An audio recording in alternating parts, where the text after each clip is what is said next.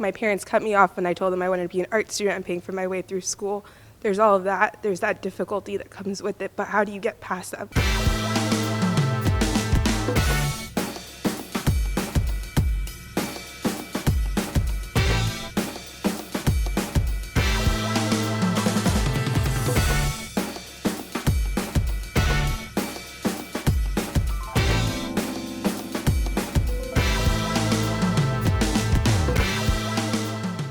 Feeling sorry for myself was like one of the worst things ever. I'm really big into Japanese culture, and like what you said, like to prove everybody wrong.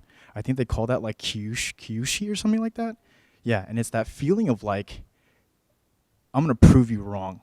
Like I don't care about what you think. I don't care. I just want to be great. I really want to be great, but I'm scared of what sacrifices I'll have to do. I'm not comfortable with it. I'm not comfortable telling my family to F off because I need to do this. I'm not comfortable telling everybody else around me to shut up just because I'm inspired right now and I need to stick with this feeling. And like I don't know how to deal with it. Okay, I'm gonna share some wisdom from my father. He always would lecture me instead of slapping me. And when I was a kid, I was like, just slap me because then we can get on with life. But I would sit there for hours and he would just lecture me. And apparently it did do something to me because I remember them. Because whenever I trace a thought that I have, it's like, oh yeah, that was my dad's voice. Now it's my voice. So one thing he told me is that your life is long. The amount of time in which you have to make it is short. You put the work in now and achieve success and you enjoy the rest of your life. Or you take the work and you spread it out over your entire life and you never achieve that success. And so I was lazy. I didn't have the work ethic. And getting into this whole idea about proving them wrong, it's been part of what's driven me. But it's turning depression, frustration, and all the other negative emotions, it's channeling into something. It's still pretty negative because you're angry at other people now. And so as I got older, I started to say, I just want to do this, not to prove them wrong, but because I believe in who I am. So it's a transition. So you're going to go from a dark, self-pitying, kind of wallowing state, where you just feel sorry for yourself. You're going to channel that into prove them wrong, and that should be a shirt that we'll make. It really is, right? Prove them wrong, because you want to use that to motivate you. But once you start coming out of that hole, you'll realize something, that you are great, you're capable of doing lots of things, and you're going to let go of the bitterness. So I think somewhere in that dark night, dark night of the soul, is I came to resolve an internal conflict, and the person that was killed in that cave was the boy, and the man emerged because he needed to. And then I became really serious and focused.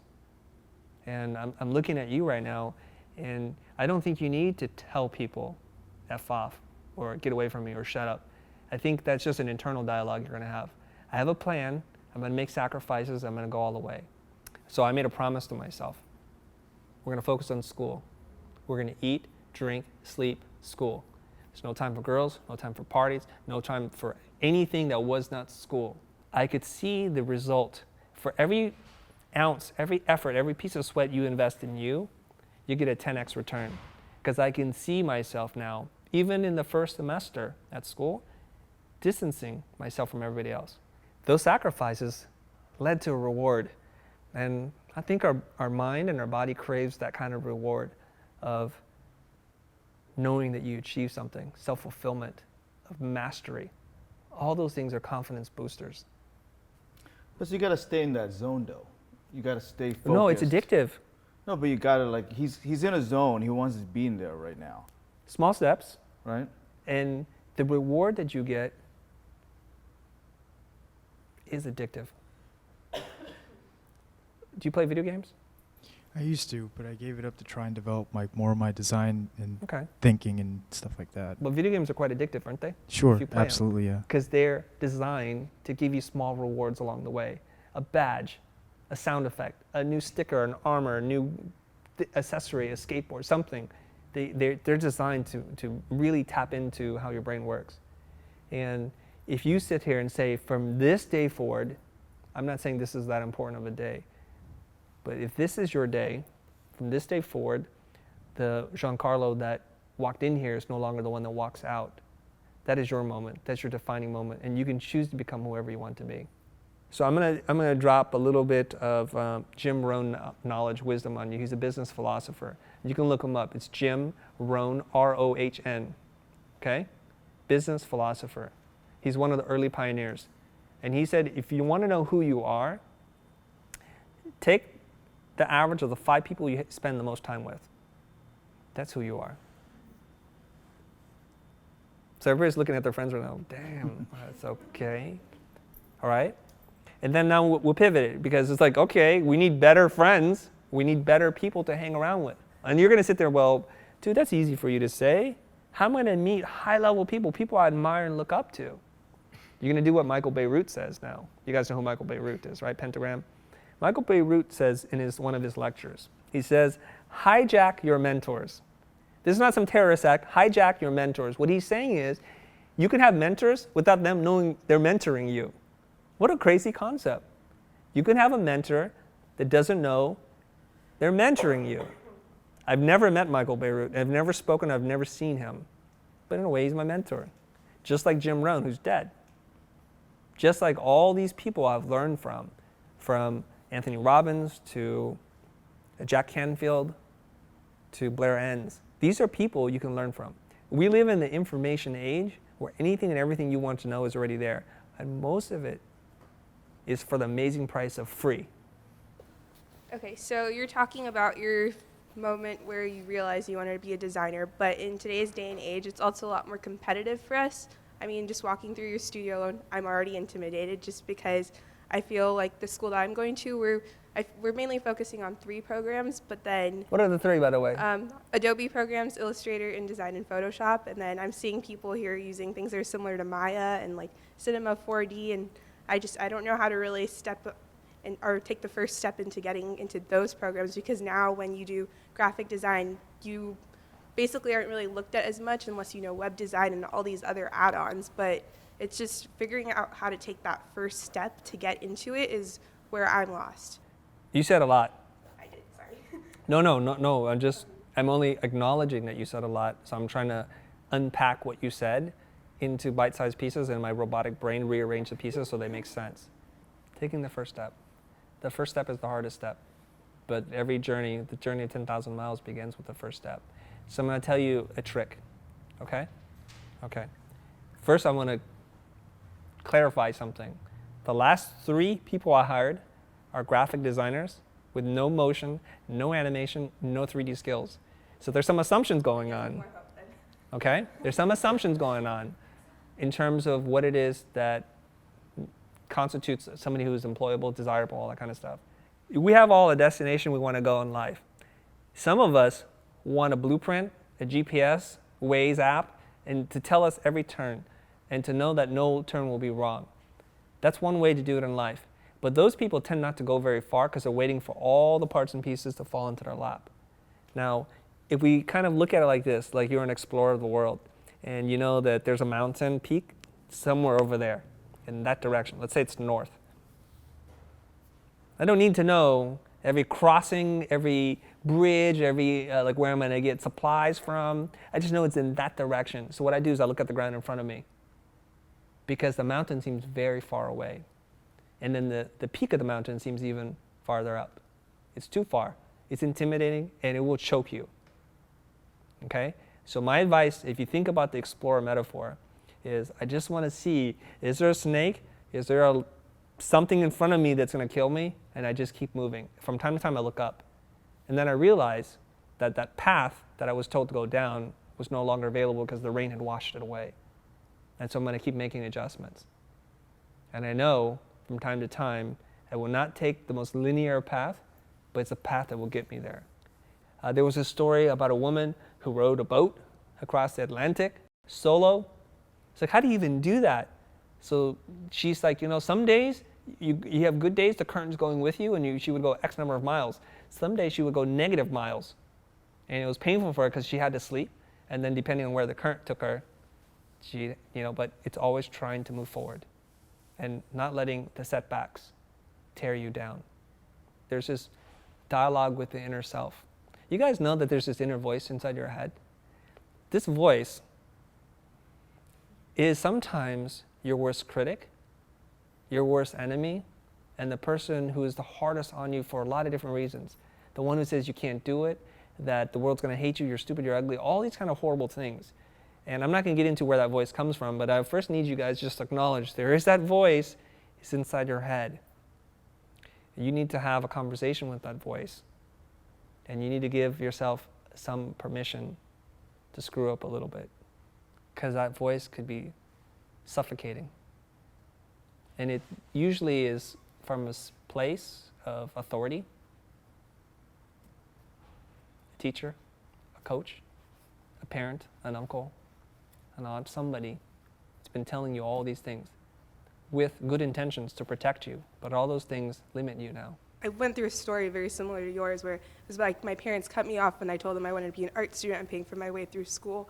There's all of that. There's that difficulty that comes with it, but how do you get past that? Okay, so you're, I'm losing myself in our conversation here because I'm dealing with your emotion and my emotion not reacting to your emotion. No, it's totally cool. It really is.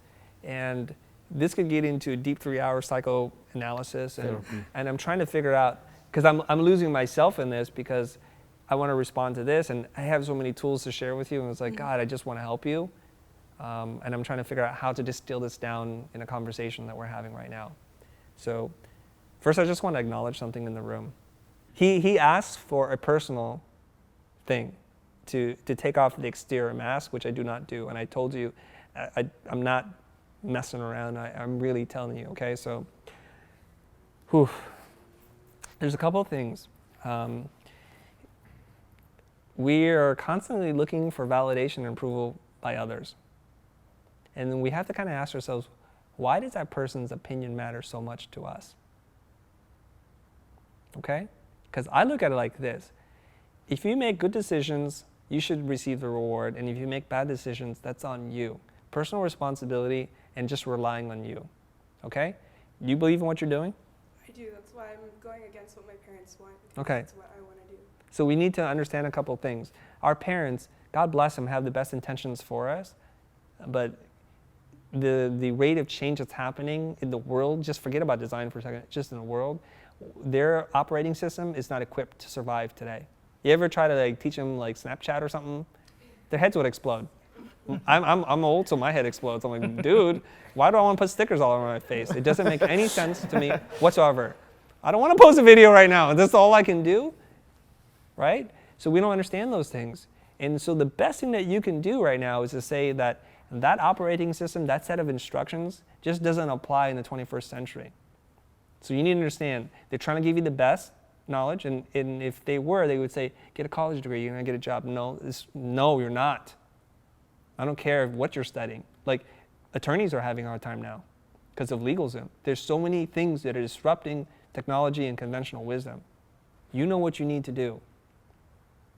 So you set your own compass and you set your own goals. And to tie back to the other thing we said earlier is, don't set a goal so big that all you can do is consider how far away you are from that goal. Small goals. I'm going to spend 1 more hour in the library. I'm going to watch 1 video a night. I'm going to read a book a semester. Those are not gigantic goals. And then you read it in a week and you're like, whoa, I'm ahead of the game. This turned me on. I want to read another book. And what else is there? Okay? Small goals. I'm going to get rid of 1 lame-o friend who's dragging me down in a pool of negativity. I'm going to leave that spot empty. So there's space for me or for a new friend, a new mentor. Small goals. Looking ahead of you, you do that. And I got to tell you something. Just like the negative stuff is addictive, the positive stuff is very addictive too. And only one path will get you there. Nobody ever got where they wanted by not trying. So if there's a shot, I'm not saying it's a guarantee, is to go down the path of positivity.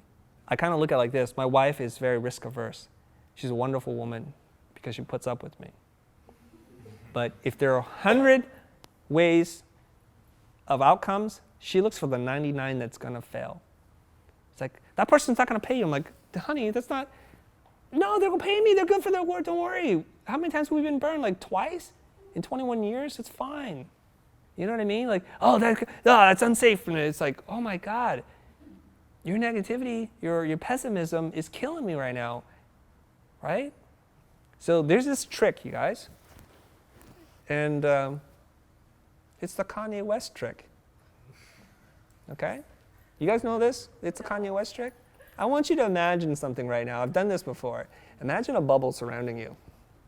And it's called a reality distortion field. Okay? Oh, egotistical Kanye. I'm like, nope, I don't hear that. Da-da-da. I don't hear that. You're broke? You married this crazy woman? You're seeking attention? Nope. That was the greatest album I ever heard. That got in. You see what I'm saying? There's just so much humility and self-criticism and negative talk that I need to just flip that switch. I would rather air that you believe so much in yourself, you're walking on air, than you being like, oh, I don't know, that's not the right way to behave or speak, and people will judge me. I'm like, whatever. When we're in school, it's like, hey, here's my work. And the teacher's like, amazing work, Ruby. And you're like on cloud 9, right? Conversely, the next week you come in, it's like, I got to hit that thing again. And you just don't feel like you got it. You put it up, and they're like, oh, that's terrible work. And guess what? You're in the gutter again. Okay, so your emotional state and your emotional well-being is being governed by who? Somebody else. Would you give the key to your sanity to any person on the street? Nobody gets in there. I control that. So here's what I do. You know what? I didn't do well this week. I should have changed this, and I got distracted. I watched the football game or American Idol or whatever. No, it's not American Idol. The Voice, and this needs to change. So when the person critiques it, you're like, yeah, I know. I already told myself before. I know where I stand.